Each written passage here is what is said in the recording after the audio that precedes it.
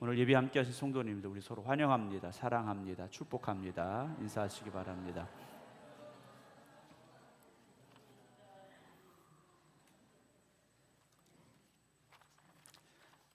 일주일 잘 지내셨죠?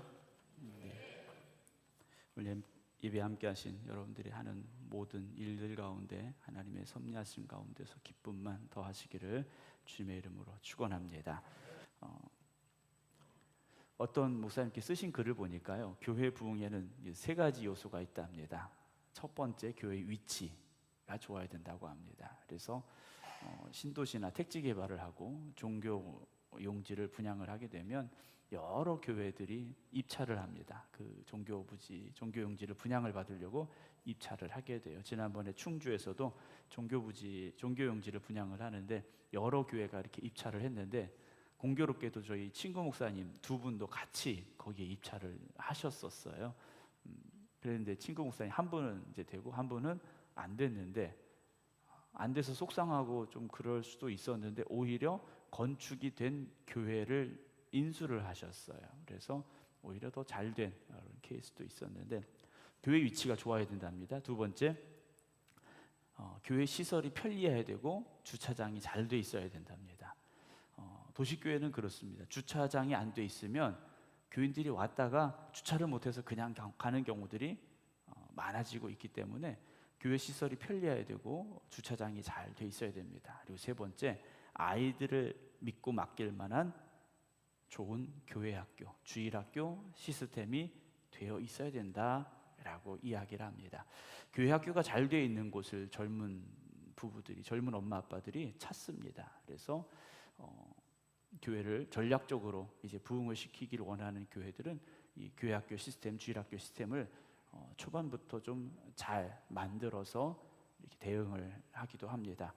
뭐 이 세 가지 말고도 다른 이유들이 있긴 하겠습니다만은 보편적으로 이 세 가지 이유가 교회 부흥에 있어서 중요한 역할을 한다라고 이렇게 이야기를 하고 있다라고 이 목사님이 글을 쓰셨더라고요. 뭐 제가 그 글을 읽으면서 그런 생각을 했어요. 자, 우리 교회 위치는 어떨까? 좋죠. 네. 주차장. 네. 여러분들이 차를 그래도 이제 도로에도 주차하시고 또 보건소에도 주차하시고 여기저기 주차하시기 때문에 주차장 될 것 같아요. 아이들을 맡길 만한 탁월한 주일학교 시스템. 이거는 아직은 완성 중입니다. 예배 시간과 이런 부분들이 좀 아직은 좀 조정해야 되고 또 우리가 개선해야 될 부분들이 있기 때문에 그렇다 생각을 해요. 그런데 이 세 가지 안 돼도 교회는 부흥합니다. 이 세 가지가 있어야 부흥을 하는 것이 아니라 세 가지가 안 돼도 부흥을 합니다. 우리가 보통 교회와 교회의 부흥을 이야기할 때 빠지지 않고 등장하는 대상이 하나 딱 있습니다. 맛집입니다. 네. 맛집이라고 하면 대도시에만 있는 게 아니죠. 어디 산골짜기, 언젠가 맛집이라고 그래서 가보자 그래서 갔는데 갔더니 딱 이렇게 크게 써 있어요. 주인도 3번은 헤매는 집. 네. 그건 주인도 찾아가기 어려울 정도로 굽이굽이 골목골목을 들어가야 된다라는 얘기겠죠. 그런데 사람이 많아요. 왜 그렇습니까? 맛집이니까 그렇죠. 그리고 맛집의 공통점은 뭡니까? 기다려야 됩니다. 웨이팅이라고 그러죠. 30분은 기본이에요. 그래서 문 열기도 전에 가서 기다려야만, 기다리지 않고 들어간다라고 하지 않습니까? 30분, 1시간 기다려야 되는데 먹어요. 거기서 먹습니다. 또 그런 집들의 공통점이라고 하긴 그렇지만 대부분의 맛집을 보면 아이들을 위한 시설이 별로 없습니다. 아이들이 놀 수 있도록 이렇게 차려놓은, 준비해 놓은 것이 별로 없어요.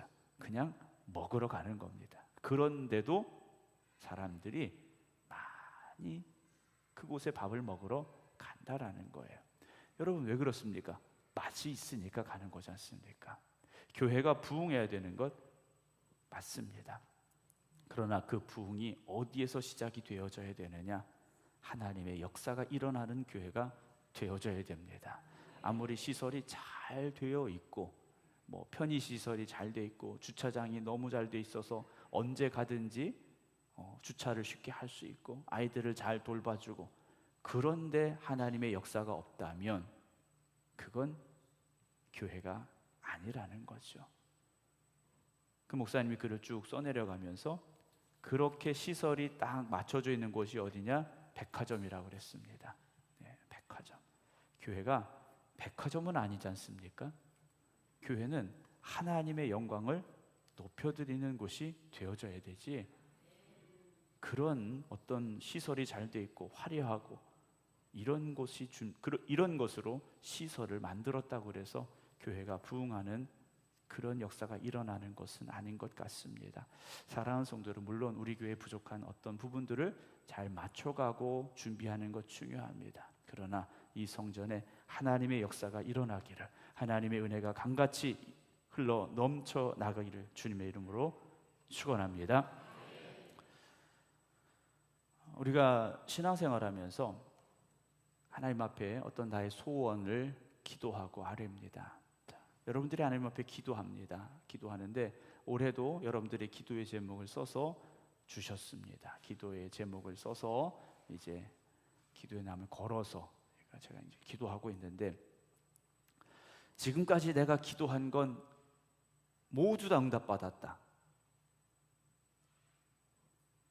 아멘을 안 하시는 거 보니까 다 같은 마음인 것 같아요. 기도는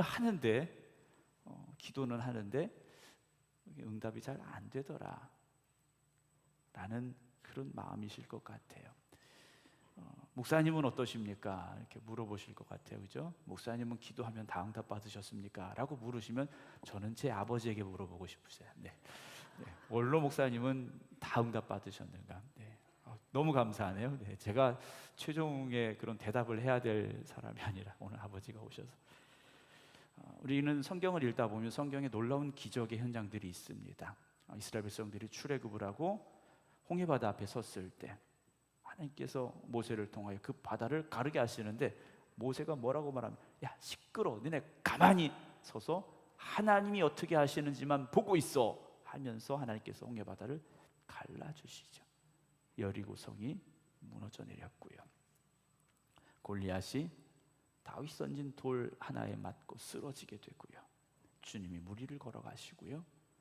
물이 변하여 포도주가 되고, 놀라운 기적의 역사들이 성경에 가득 차 있습니다.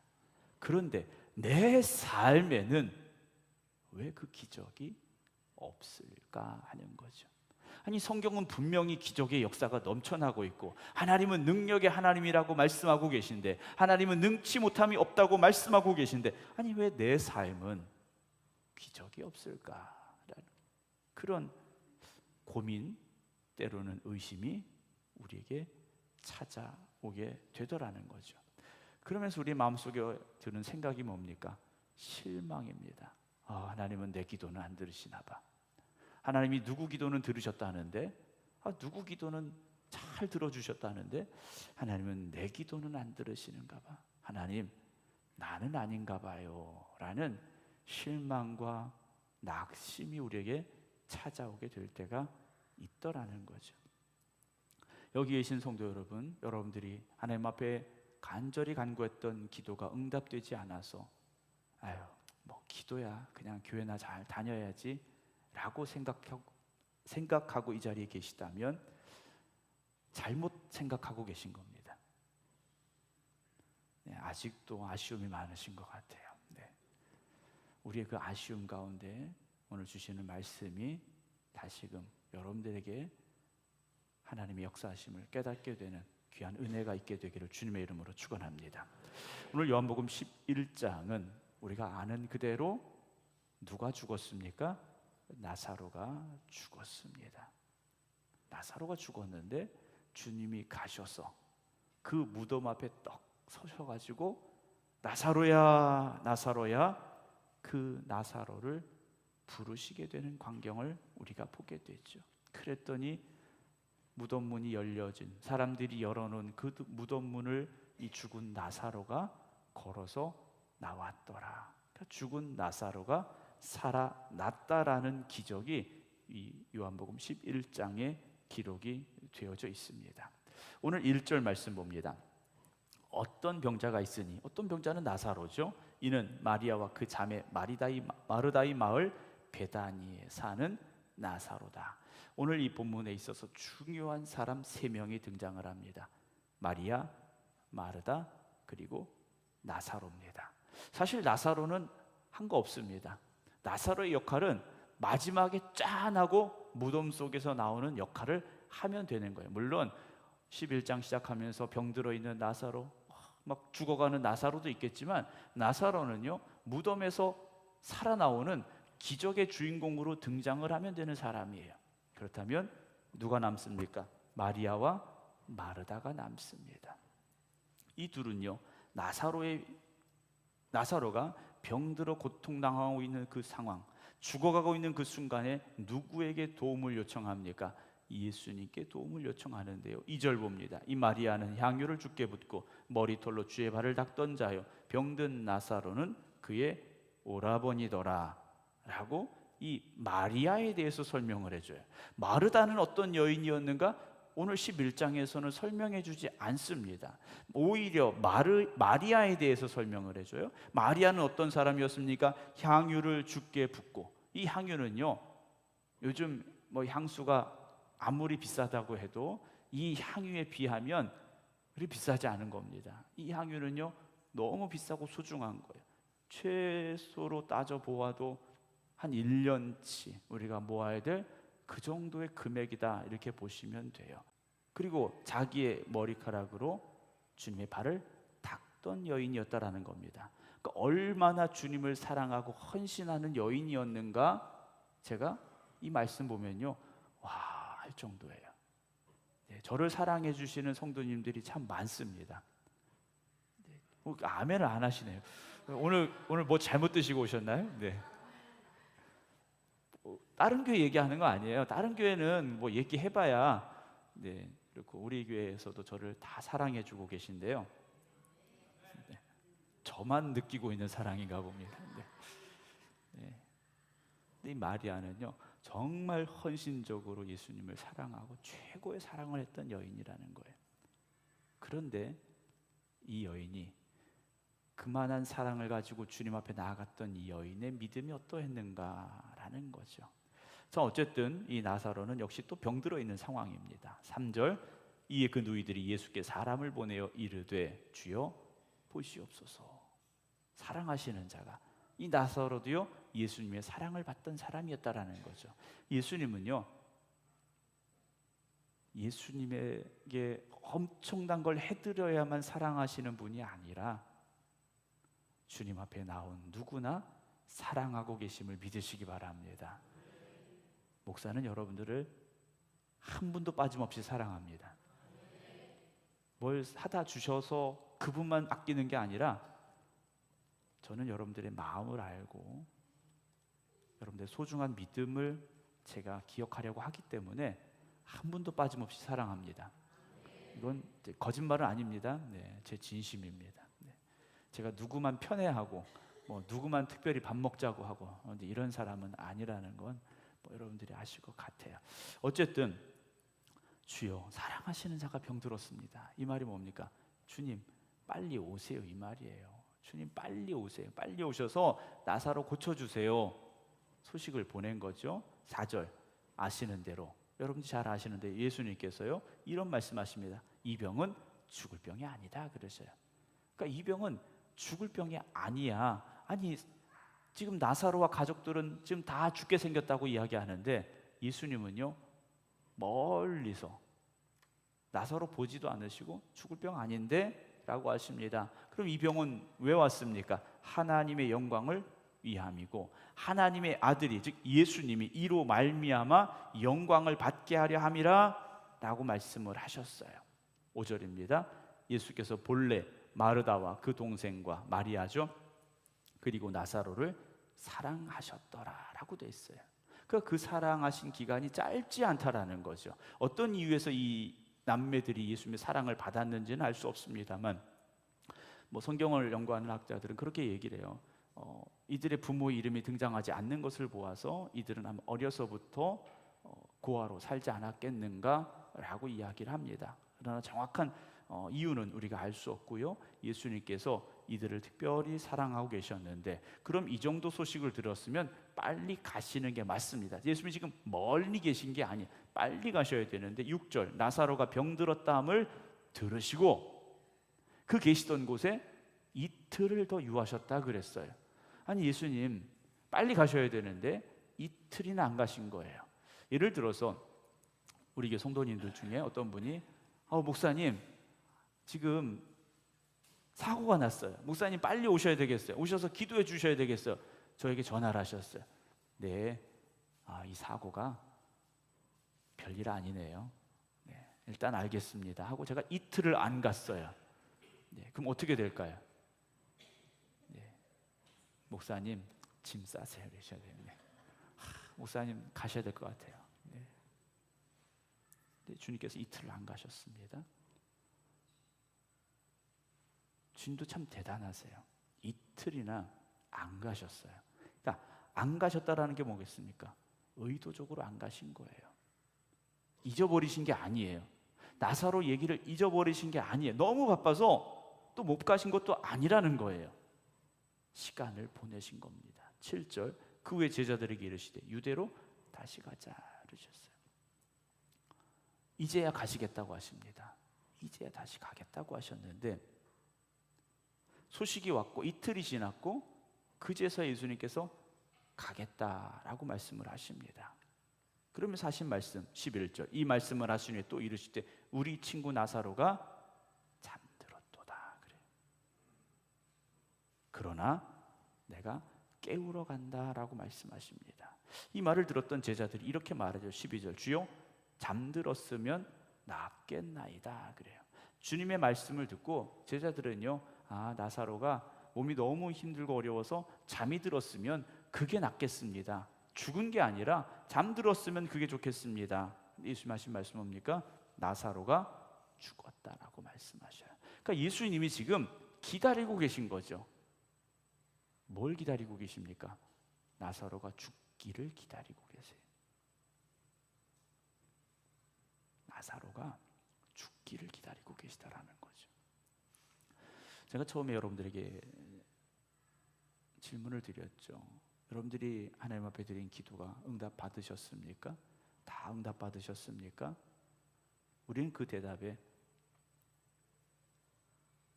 100% 응답 받았습니다라고 사실 말하기 어렵습니다. 근데 왜 주님은 우리에게 응답하지 아니하셨을까? 그때 그 기도만 들어주셨으면 이라고 생각되는 기도가 여러분들에게 분명히 있을 겁니다. 여러분들이 평생 동안 신앙생활 하시면서 하나님이 그때 내 기도만 들어주셨으면, 그때 그 기도를 하나님이 들어주셨으면 아쉬움이 있고 안타까움이 남는 기도가 있겠죠. 그런데 생각해보면 그때 그 기도가 응답이 됐더라면 여기 안 계실 분들도 분명히 있을 거라는 거예요. 그때 그 기도가 응답이 돼서 내가 잘 됐더라면 이 자리에 안 나오실 분들도 있었을 거라는 거죠. 저도 여기 안 서 있을지 몰라요. 저희 부모님이 계시긴 합니다만 저도 그때 그 기도가 응답됐더라면 딴 데 가서 있었을지 몰라요. 근데 주님은 기도 응답하지 않으셨고 나사로가 죽을 때를 기다리셨습니다. 15절 내가 거기 있지 아니한 것을 너희를 위하여 기뻐한다 그러셔요. 주님은 마음이 너무 아프세요. 그 사랑하는 나사로가 죽도록 내버려 두신 게 사실 너무 마음이 아프신 거예요. 그의 누이들이 흘려야 될 눈물을 주님은 알고 계시지 않습니까? 그런데 왜 기뻐하십니까? 제자들 때문에 기뻐하셔요. 왜냐? 주님이 어떤 분인지를 그들에게 다시 확인시켜 주시기 위해서. 주님께서 십자가에 죽으시지만 다시 부활하실 것을 그들에게 먼저 보여주시기 위해서 주님은 오히려 기뻐하신다 말씀하십니다. 17절 예수께서 와서 보시니 나사로가 어디에 있습니까? 무덤에 있어요. 집에 있어야 될 나사로가 무덤에 있는 겁니다. 이게 뭡니까? 죽은 거예요. 근데 무덤에 들어간 지 벌써 며칠입니까? 나흘이 됐어요. 4일이 지난 겁니다. 주님이 소식을 듣고도 이틀을 더 기다리셨죠. 가자고 해서 오셨는데 이미 무덤 속에 장례를 치르고 나흘이 지났습니다. 나흘이 지난 이 시신은 어떤 상황입니까? 이미 부패에 들어가고 있었다라는 거죠.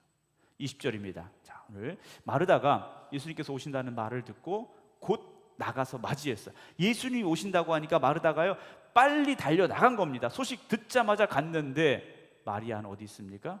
집에 앉았어요. 물론 둘이 같이 있었다가 마르다만 먼저 듣고 갔는지 아니면 따로 있다가 마르다가 왔는지는 알 수 없습니다만 어쨌든 주님이 오신다고 하시는 그 상황 속에서 마르다는 예수님이 오신다는 말을 듣고 곧 나가서 맞이했지만 마리아는요 그냥 집에 있었더라는 거죠. 장례를 치르고 너무 많이 지쳐 있었고 낙심해 있었던 것 같습니다. 마르다가 갔어. 21절 예수님께 말하죠. 주께서 여기 계셨더라면. 이게 그냥 나오는 말이겠습니까? 눈물을 흘리면서 가슴을 치면서 하는 말이에요. 예수님 여기 계셨더라면 내 오라버니가 죽지 않았겠습니까? 내 오라버니 나사로가 살았을 텐데 예수님 안 오셔서 죽었습니다 라고 말해요. 두 가지 이유가 있죠. 주님께서 우리가 원하는 시간에 안 오신 거예요.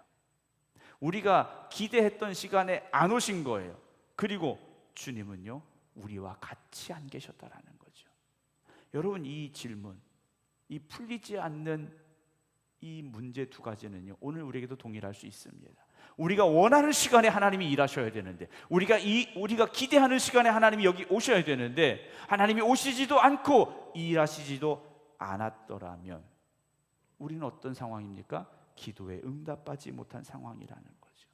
우리가 기대하는 그 시간에, 우리가 원하는 그 장소에 주님은 반드시 오셔야 되고 우리의 기도에 응답하셔야 되는데 왜 하나님은 우리가 기대하는 그 시간에, 우리가 원하는 그 장소에 오시지 않는가 하는 거죠.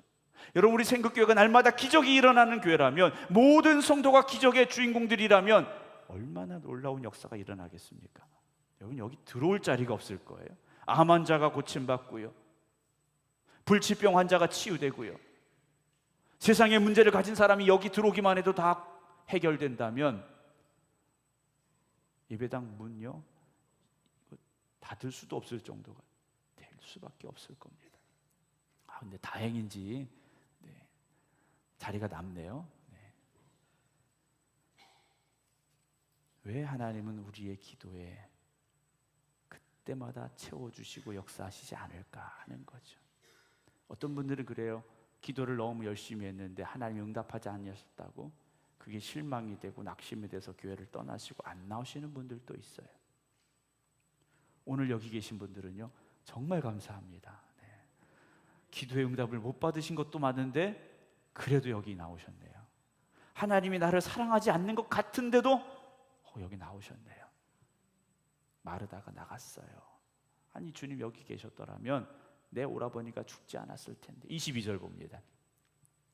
그러나 나는 이제라도 주께서 무엇이든지 하나님께 구하시는 것을 하나님이 주실 줄 압니다. 그래요. 근데 사실 마르다는요 이 간구함이 죽은 나사로를 살려주실 겁니다 라는 기대는 아니었어요. 나사로가 죽었으니 저 천국에, 하나님 나라에 나사로가 가기를 원합니다 라는 기도였습니다. 간구였어요. 23절 24절 예수님께서 이렇게 말씀하신, 네 오라비가 다시 살아나리라 그러셨어요. 예수님이 하신 말씀은요 나사로가 살아나리라 그랬더니 마르다가 네 주님, 마지막 날 부활 때는 다시 살아날 줄로 믿습니다. 이것도 대단한 믿음이지 않습니까? 부활의 믿음을 가지고 있었던 거예요. 그런데 주님이 하신 말씀은요 그때 부활이 아니라 지금 다시 살아 나오는 거예요. 39절 봅니다. 예수께서 이르시되 돌을 옮겨 놓으라 하시니 무덤 문을 열어라 하시니 그 죽은 자의 누이 마르다가 이르되 말렸어요. 주님, 무슨 문을 열어요? 주님, 죽은 지가 나흘이 됐습니다. 벌써 냄새가 나지 않습니까? 예수님, 이 냄새 못 맡으세요?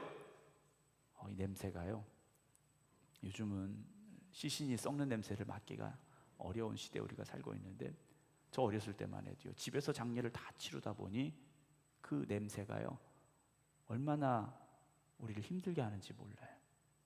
그 냄새가 지금 나오고 있다라는 거예요. 그러니까 이 말은 뭡니까? 예수님,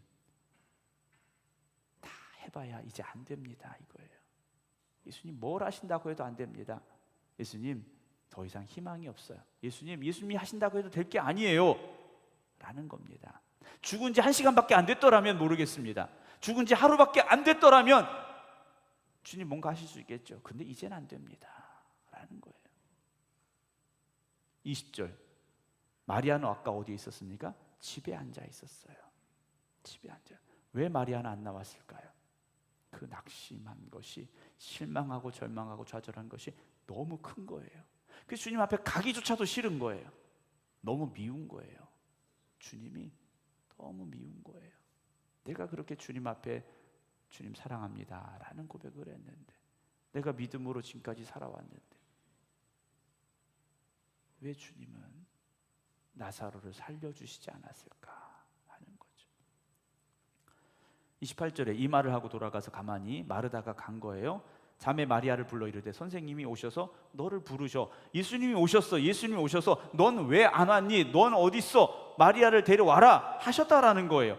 29절입니다. 마리아가 이 말을 듣고 급히 일어나 예수께 나아가며 예수는 아직 마을로 들어오지 아니하시고 마르다가 맞이했던 곳에 어떻게 계십니까? 그대로 계셨어요. 예수님께서요,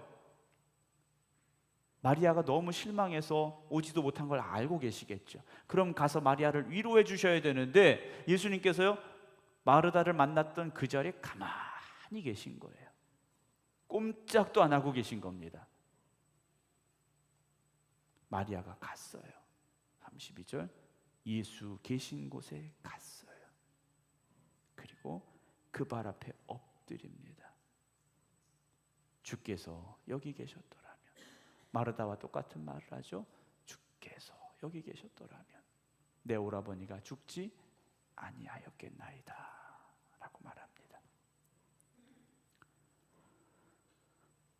오늘 우리는 예수님께 마리아와 마르다 같은 이 말을 할 수밖에 없는 상황들이 있습니다. 내가 정말 원하는 일이에요. 그리고 이 일은 반드시 되어야 되는 거예요. 꼭 해결돼야 되는 거예요. 그래서 주님 앞에 간절히 기도해요. 밤낮으로 금식하고 밤낮으로 금식하며 기도하고 정말 잠 안 자고 기도하고 하나님 정말 이 문제 해결해 주셔야 됩니다. 이거 아니면 안 됩니다. 기도했는데 하나도 되지 않을 때가 있어요. 오히려 상황은 더 힘들어지고 병든 나사로가 죽은 것처럼 문제가 이제는 돌이킬 수 있는 상황이 안 되는 것까지 우리는 마주합니다. 그것도 모자라서 나사로는 장례를 치른 지 나흘이 됐어요. 시체는 이미 썩어서 냄새가 나요. 돌이킬 수 없는 상황까지 가버린 거예요. 안 될 수밖에 안 돼도 어떻게 이렇게 안 될 수 있을까 하는 상황까지 가버렸다라는 거죠. 상황은 이미 끝나버린 겁니다. 돌이킬 수 없어요. 회복될 수 없어요.